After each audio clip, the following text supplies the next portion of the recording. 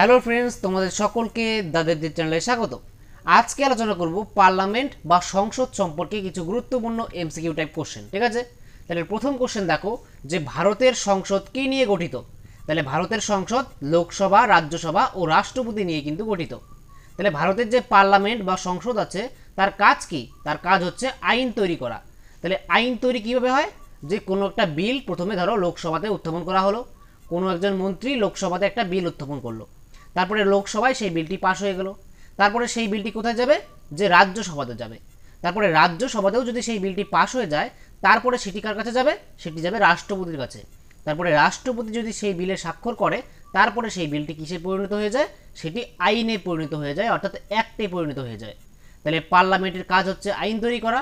তাহলে আইন তৈরি করতে গেলে লোকসভা, রাজ্যসভা ও রাষ্ট্রপতির কিন্তু প্রয়োজন, অর্থাৎ এই পার্লামেন্টের তিনটি অংশ লোকসভা, রাজ্যসভা ও রাষ্ট্রপতি। ঠিক আছে, তারপরে কোশ্চেন দেখো যে সংসদের দুটি অধিবেশনের মধ্যে সর্বাধিক অনুমোদিত সময়ের ব্যবধান কত? তাহলে উত্তর হচ্ছে 6 মাস।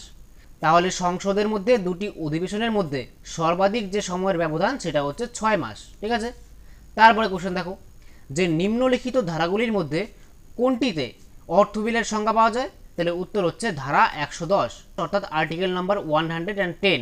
এই আর্টিকেল নম্বর 110-এ কিন্তু মানি বিল অর্থাৎ অর্থ বিলের কিন্তু সংজ্ঞা পাওয়া যায়। ঠিক আছে, তারপরে কোশ্চেন দেখো যে ভারতের সংসদ নিম্নের কোন দেশ থেকে সংসদীয় ব্যবস্থাটি গ্রহণ করেছে? তাহলে উত্তর হচ্ছে ব্রিটেন। ব্রিটেন কিন্তু অর্থাৎ ব্রিটিশ কিন্তু ভারতে 200 বছর পর্যন্ত রাজ করেছে।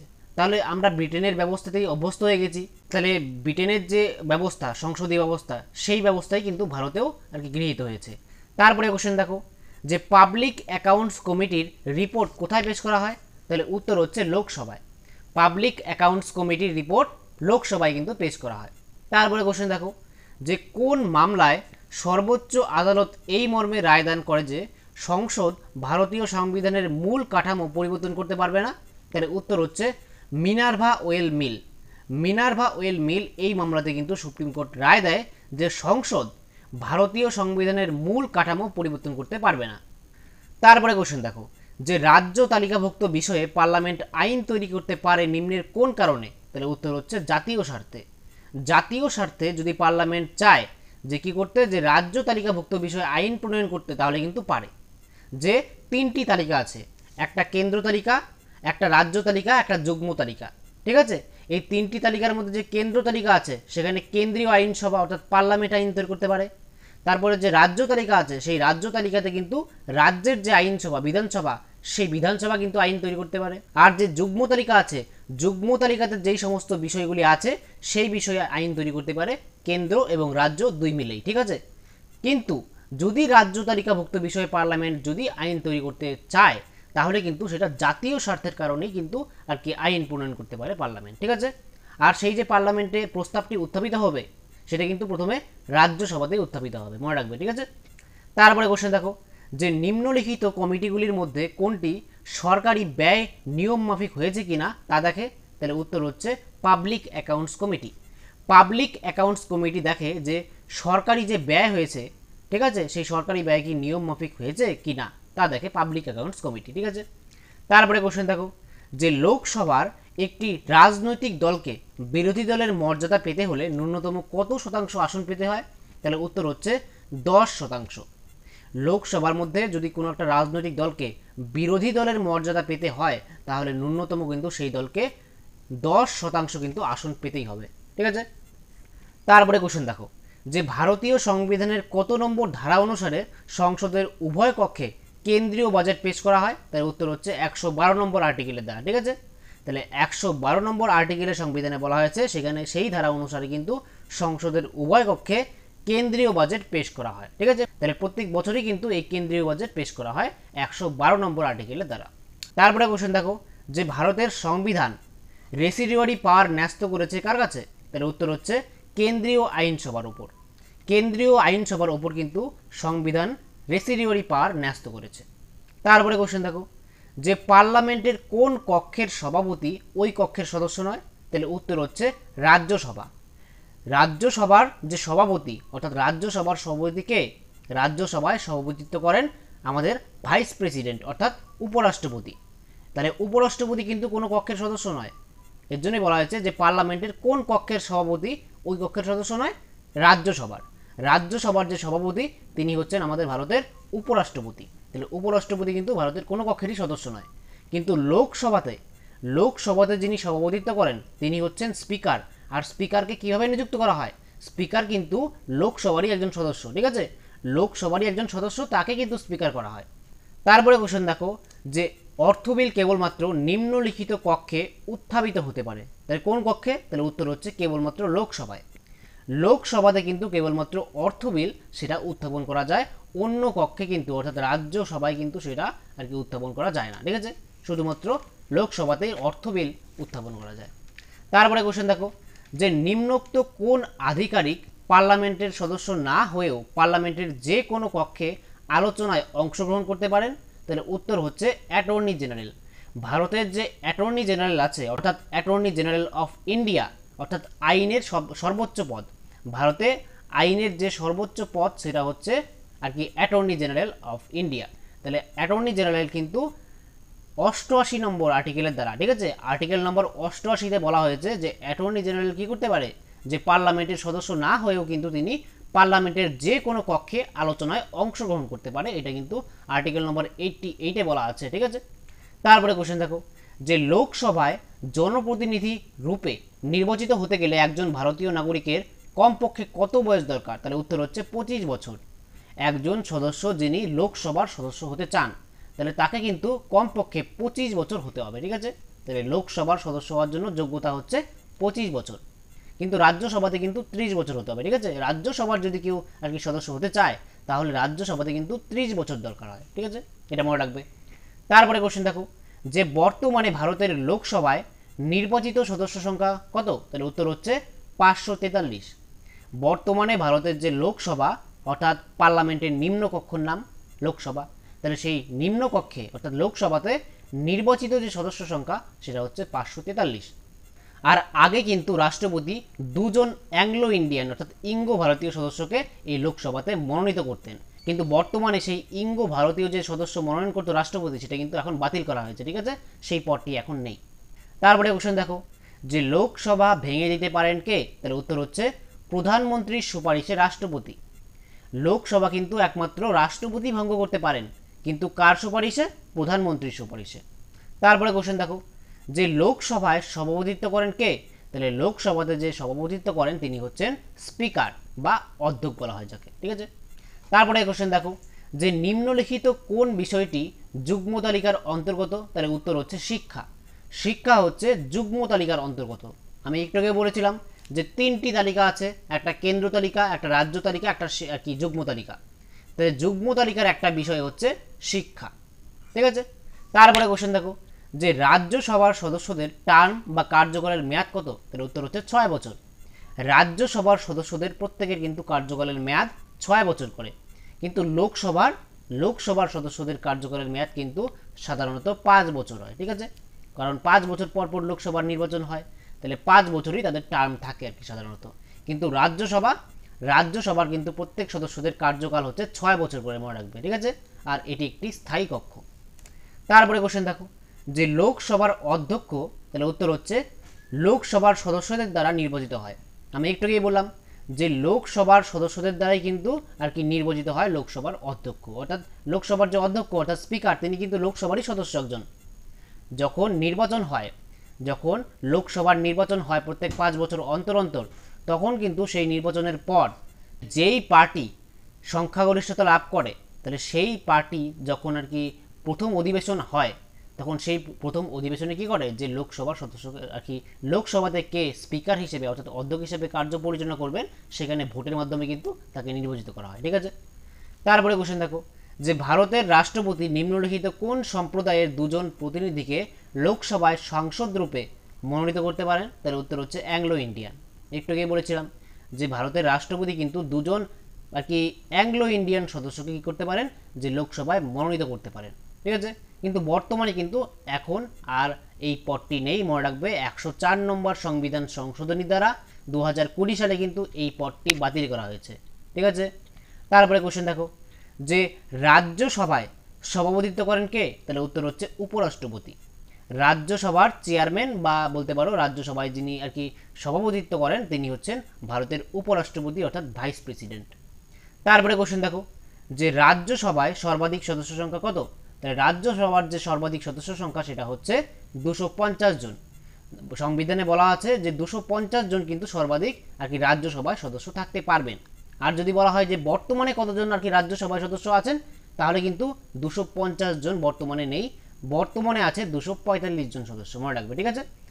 বর্তমানে রাজ্যসভায় 245 জন সদস্য আছেন, কিন্তু সর্বাধিক যদি বলা হয় যে সর্বাধিক কত থাকতে পারে, তাহলে সংবিধানে বলা আছে যে 250 জন কিন্তু সর্বাধিক রাজ্যসভায় সদস্য থাকতে পারেন। তারপরে কোশ্চেন দেখো যে আমাদের সংসদীয় শাসন ব্যবস্থার ভিত্তি কি? তাহলে আমাদের যে সংসদীয় শাসন ব্যবস্থা তার ভিত্তি হচ্ছে সার্বজনীন প্রাপ্তবয়স্কের ভোটাধিকার। সার্বজনীন প্রাপ্তবয়স্কের ভোটাধিকার হচ্ছে আমাদের সংসদীয় শাসন ব্যবস্থার ভিত্তি। তারপরে কোশ্চেন দেখো যে কোনো বিল অর্থ বিল কি না তা কে ঠিক করেন? তাহলে উত্তর হচ্ছে লোকসভার অধ্যক্ষ বা বলতে পারো লোকসভার স্পিকার, অর্থাৎ লোকসভায় যিনি আর কি সভাপতিত্ব করেন সেই লোকসভার সভাপতি কিন্তু এই কোনো একটা বিল যে অর্থ বিল কিনা সেটা কিন্তু আর কি একটা সার্টিফিকেট দেন। কোনো একটা বিল সেটা অর্থ বিল কিনা তার বিষয়ে কিন্তু সার্টিফিকেট দেন কিন্তু এই ভারতের লোকসভার যে অধ্যক্ষ থাকে অর্থাৎ লোকসভার যে স্পিকার থাকে তিনি কিন্তু একটা সার্টিফিকেট দেন যে সেটা অর্থ বিল কিনা। তারপরে কোশ্চেন দেখো যে পুরো টার্ম শেষ হওয়ার আগে রাষ্ট্রপতিকে কার দ্বারা পদচ্যুত করা যায়? তাহলে উত্তর হচ্ছে পার্লামেন্ট দ্বারা। রাষ্ট্রপতির আর কি টার্ম পুরো হওয়ার আগে অর্থাৎ কার্যকাল শেষ হওয়ার আগেই তাকে কিন্তু পদচ্যুত করা যায়, অর্থাৎ তার পদ থেকে সরানো যায়। সেটা কার দ্বারা? পার্লামেন্টের দ্বারা। আর কোন কারণে? উত্তর হচ্ছে সংবিধান ভঙ্গের আর কি কারণে। যদি রাষ্ট্রপতি সংবিধান ভঙ্গ করে, এমন কোনো কার্যাবলী আর কি সম্পাদন করে যার দ্বারা ভারতের সংবিধান ভঙ্গ হয়, অর্থাৎ সংবিধানের বিপরীতে কাজ করে, সংবিধানে যা লেখা আছে তার বিপরীতে আর কি উল্টোটা কাজ করছে, তখন কিন্তু পার্লামেন্টের যে সদস্যরা আছে অর্থাৎ লোকসভা এবং রাজ্যসভার তারা মিলে কিন্তু রাষ্ট্রপতিকে তার পদ থেকে পদচ্যুত করতে পারে। আর মনে রাখবে যে রাষ্ট্রপতিকে তার পদ থেকে যে পদচ্যুত করার নিয়ম আর কি পদ্ধতিটা তার নাম হচ্ছে ইমপিচমেন্ট পদ্ধতি। তাহলে ইমপিচমেন্ট পদ্ধতির দ্বারাই কিন্তু রাষ্ট্রপতিকে তার পদ থেকে সরানো যায়, আর সেটা পার্লামেন্টের দ্বারা। তারপরে কোশ্চেন দেখো যে মন্ত্রিসভা কার কাছে যৌথভাবে দায়বদ্ধ থাকে? তাহলে উত্তর হচ্ছে লোকসভা। মন্ত্রিসভা কিন্তু লোকসভার কাছে যৌথভাবে দায়বদ্ধ থাকে। তারপরে কোশ্চেন দেখো যে কে রাজ্যসভা ও লোকসভার যৌথ অধিবেশন আহ্বান করেন? তাহলে উত্তর হচ্ছে রাষ্ট্রপতি। এমন যদি দেখা যায় যে লোকসভা এবং রাজ্যসভার মধ্যে কোনো একটা বিল নিয়ে বিরোধের সৃষ্টি হলো, ঠিক আছে, তারপরে রাষ্ট্রপতি কি করতে পারেন যে একটা যৌথ অধিবেশন ডাকতে পারেন, অর্থাৎ রাজ্যসভা এবং লোকসভাকে একসঙ্গে একটা আর কি যৌথ অধিবেশন ডাকতে পারেন। সেটা কার আর কি ক্ষমতা আছে? সেটা হচ্ছে রাষ্ট্রপতির ক্ষমতা আছে। তারপরে কোশ্চেন দেখো যে বর্তমান লোকসভায় সর্বাধিক আসন সংখ্যা কত? তাহলে বর্তমানে যে লোকসভার সর্বাধিক আসন সংখ্যা সেটা হচ্ছে 550 জন, মনে রাখবে। আগে কিন্তু 552 জন ছিল, কিন্তু দুজন এখন নেই, কারণ দুজনকে বাতিল করা হয়েছে, একটু আগেই বললাম যে 104 নম্বর সংবিধান সংশোধনীর দ্বারা, অর্থাৎ 104th অ্যামেন্ডমেন্ট, ঠিক আছে। এই 104 নম্বর আর কি সংবিধান সংশোধনীর দ্বারা এই অ্যাংলো ইন্ডিয়ানের যে পদটা সে লোকসভায় আর কি রাষ্ট্রপতি যে মনোনীত করতে পারেন সেই পদটা বাতিল করা হয়েছে। এর জন্য আগে যে 552 ছিল তার থেকে দুজন বাদ, বর্তমানে কিন্তু সর্বাধিক 550 জন থাকতে পারে লোকসভায়, ঠিক আছে। কিন্তু যদি বলা হয় বর্তমানে কতজন আছে সদস্য, সেটা হচ্ছে 543 জন। সর্বাধিক বললে 550 জন লেখা আছে সেটা সংবিধানে, আর যদি বলে বর্তমানে লোকসভাতে কতজন সদস্য আছে সেটা হচ্ছে 543 জন। তারপরে কোশ্চেন দেখো যে নিম্নলিখিত কোন বিলের ক্ষেত্রে রাষ্ট্রপতি আইনসভার পুনর্বিবেচনার জন্য না পাঠিয়ে বিলটিতে স্বাক্ষর দানে বাধ্য থাকেন? তাহলে উত্তর হচ্ছে অর্থ বিলে। অর্থ বিল কিন্তু পুনরায় পুনর্বিবেচনার জন্য কিন্তু পার্লামেন্টে অর্থাৎ ফেরত দিতে পারেন না রাষ্ট্রপতি। অন্যান্য সাধারণ বিলের ক্ষেত্রে কিন্তু রাষ্ট্রপতি কী করতে পারেন যে সেই বিলটিকে আর কি সংশোধনের জন্য সেই বিলটিতে কোনো একটা আর কি কিছু পুনর্বিবেচনার জন্য আবার পাঠাতে পারেন পার্লামেন্টে সেই বিলটি। কিন্তু অর্থ বিলের ক্ষেত্রে কিন্তু আর কি রাষ্ট্রপতির অতটা ক্ষমতা নেই। অর্থ বিলের ক্ষেত্রে সর্বোচ্চ ক্ষমতা ভোগ করে হচ্ছে লোকসভা। লোকসভাতেই অর্থ বিল উত্থাপন করা যায়, আবার লোকসভা থেকে তারপরে আর কি রাজ্যসভায় যায় সেই বিলটি, আর রাজ্যসভা 14 দিন রাখতে পারেন। 14 দিনের মধ্যেই তাকে আর কি সব আর কি পাস করে দিতে হবে, অতটা রাজ্যসভারও ক্ষমতা নেই। তারপরে সেটা রাষ্ট্রপতির কাছে যান, তারপরে সেই বিলটি রাষ্ট্রপতির কাছে গেলে রাষ্ট্রপতি সেখানে স্বাক্ষর দানে বাধ্য থাকে, ঠিক আছে। তারপরে কোশ্চেন দেখো যে কোন ধারা বলে রাজ্যসভা অল ইন্ডিয়া সার্ভিসেস গঠন করতে পারে? তাহলে উত্তর হচ্ছে 312 নং ধারা। আর্টিকেল নম্বর 312 এর দ্বারা কিন্তু আর কি রাজ্যসভা কি করতে পারে, যে অল ইন্ডিয়া সার্ভিসেস গঠন করতে পারে। তারপরে কোশ্চেন দেখো, যে যখন রাজ্যসভার চেয়ারম্যান দেশের রাষ্ট্রপতির কার্যনির্বাহ করেন, তখন রাজ্যসভার চেয়ারম্যানের দায়িত্ব পালন করেন কে? এর উত্তর হচ্ছে ডেপুটি চেয়ারম্যান। ধরো ভারতের যে আর কি রাজ্যসভার চেয়ারম্যান আছেন, সেই চেয়ারম্যান দেশের রাষ্ট্রপতির কার্যনির্বাহ করছেন, অর্থাৎ ধরো কোনো কারণবশত রাষ্ট্রপতির পদটা খালি হয়ে গেছে, অর্থাৎ শূন্য হয়ে গেছে, তখন রাষ্ট্রপতির পদটা পূরণের জন্য ভারতের যে উপরাষ্ট্রপতি আছেন তিনি কিন্তু রাষ্ট্রপতির কার্য আর কি পালন করবেন, ঠিক আছে, অস্থায়ীভাবে। আর যতদিন উপরাষ্ট্রপতি সেই রাষ্ট্রপতির কার্য সম্পাদন করবেন, ততদিন যে রাজ্যসভাতে আর কি সভাপতিত্ব কে করবেন? সাধারণত রাজ্যসভাতে কে সভাপতি থাকে? রাজ্যসভাতে সভাপতি থাকে হচ্ছে আমাদের ভারতের উপরাষ্ট্রপতি। কিন্তু এখন তো বর্তমানে যদি রাষ্ট্রপতির পদটা আর কি খালি হয়ে যায়, তখন উপরাষ্ট্রপতি রাষ্ট্রপতির কার্য সম্পাদন করবে, তখন তো তিনি আর দুটো কাজ একবারে সম্পাদন করতে পারবে না। তখন রাজ্যসভাতে যে আর কি কার্য সম্পাদন করবে, অর্থাৎ আর কি সভাপতিত্ব করবেন, তিনি হচ্ছেন ডেপুটি চেয়ারম্যান, ঠিক আছে। তারপরে কোশ্চেন দেখো, যে লোকসভায় কোনো অর্থ বিল পাশ হয়ে যাওয়ার পর রাজ্যসভা বিলটি সম্পর্কে সিদ্ধান্ত গ্রহণে সর্বাধিক কতদিন বিলম্ব করতে পারে? তার উত্তর হচ্ছে 14 দিন। একটু বললাম যে কোনো একটা অর্থ বিল লোকসভায় ধরো পাশ হয়ে গেছে, সেটা কোথায় গেল? আবার রাজ্যসভাতেও যাবে, কারণ আমাদের পার্লামেন্টে দুটি কক্ষে পাশ হওয়ার পরে তারপরে সেটা রাষ্ট্রপতির কাছে যায়। কিন্তু লোকসভার একটা ক্ষমতা আছে, যে অর্থ বিলের সম্পর্কে কিন্তু লোকসভার সর্বাধিক ক্ষমতা। অর্থ বিল সবসময় এই লোকসভাতেই উত্থাপিত হয়, আবার লোকসভাতে পাশ হয়েও যায়, তারপরে সেটা রাজ্যসভায় যায়। রাজ্যসভার শুধু এতটুকুই ক্ষমতা যে সেই রাজ্যসভা 14 দিন মাত্র তার কাছে রাখতে পারবে, তারপরে সেই বিলটি আর কি পাস বলে ধরা হবে, সেটা রাষ্ট্রপতির কাছে যাবে। তারপরে রাষ্ট্রপতিরও কিন্তু এই অর্থ বিল বিষয়ে অতটা ক্ষমতা নেই, রাষ্ট্রপতিও সেখানে স্বাক্ষরদানে একটু বাধ্যই থাকে, ঠিক আছে। তাহলে মনে রাখবে যে রাজ্যসভা সর্বাধিক আর কি 14 দিন রাখতে পারেন সেই বিলটিকে, ঠিক আছে। তারপরে কোশ্চেন দেখো, যে লোকসভার যৌথ অধিবেশনে সভাপতিত্ব করেন কে? তার উত্তর হচ্ছে লোকসভার স্পিকার। লোকসভার যদি যৌথ অধিবেশন হয়, তাহলে সেই যৌথ অধিবেশনেও কিন্তু আর কি লোকসভার যে স্পিকার থাকে তিনি কিন্তু সভাপতিত্ব করেন। তারপরে কোশ্চেন দেখো, যে সভার কার্য চালিয়ে নিয়ে যাওয়ার জন্য লোকসভায় ন্যূনতম কতজনের উপস্থিতি আবশ্যক? তাহলে উত্তর হচ্ছে মোট সদস্যের 1/10। তাহলে এখানে বলা হয়েছে যে মোট যতজন সদস্য আছে লোকসভায় তার 10/1 সদস্য কিন্তু সেই লোকসভাতে আর কি উপস্থিত থাকতে হবে, না হলে কিন্তু সেই সভা চলবে না, ঠিক আছে। তারপরে কোশ্চেন দেখো, যে রাজ্যসভায় কতজন সদস্য প্রতি 2 বছর অন্তর অবসর গ্রহণ করেন? তাহলে উত্তর হচ্ছে মোট সদস্যের 1/3। প্রত্যেক 2 বছর অন্তর অন্তর কিন্তু যে রাজ্যসভার যে সদস্য তাদের মধ্যে থেকে 1/3 সদস্য অবসর গ্রহণ করেন। তারপরে কোশ্চেন দেখো, যে প্রথম নির্বাচিত লোকসভা গঠিত হয়েছিল কত সালে? তার উত্তর হচ্ছে 1952 সালে। প্রথম যে আর কি ইলেকশন হয়, লোকসভার যে ইলেকশন, সেই ইলেকশনের পর যে লোকসভা গঠিত হয় সেটা হয় হচ্ছে 1952 সালে। আর বর্তমানে যে 2024-এ হবে সেটা হচ্ছে 18তম লোকসভা নির্বাচন, ঠিক আছে। তাহলে 18তম বার আর কি লোকসভা গঠিত হবে, বোঝা গেল। তারপরে কোশ্চেন দেখো, যে নিম্নলিখিত ব্যক্তিদের মধ্যে কে লোকসভার প্রথম স্পিকার ছিলেন? তাহলে উত্তর হচ্ছে জি.ভি. মাবলঙ্কর। জি.ভি. মাবলঙ্কর হচ্ছেন ভারতের আর কি প্রথম স্পিকার লোকসভার। তাহলে আশা করছি তোমরা এই এমসিকিউগুলি সবগুলি বুঝতে পেরেছো। তাহলে ভিডিওটি শেষ পর্যন্ত দেখার জন্য তোমাদেরকে অসংখ্য ধন্যবাদ। দেখা হচ্ছে পরের একটি নেক্সট ভিডিওতে, ততক্ষণের জন্য বাই।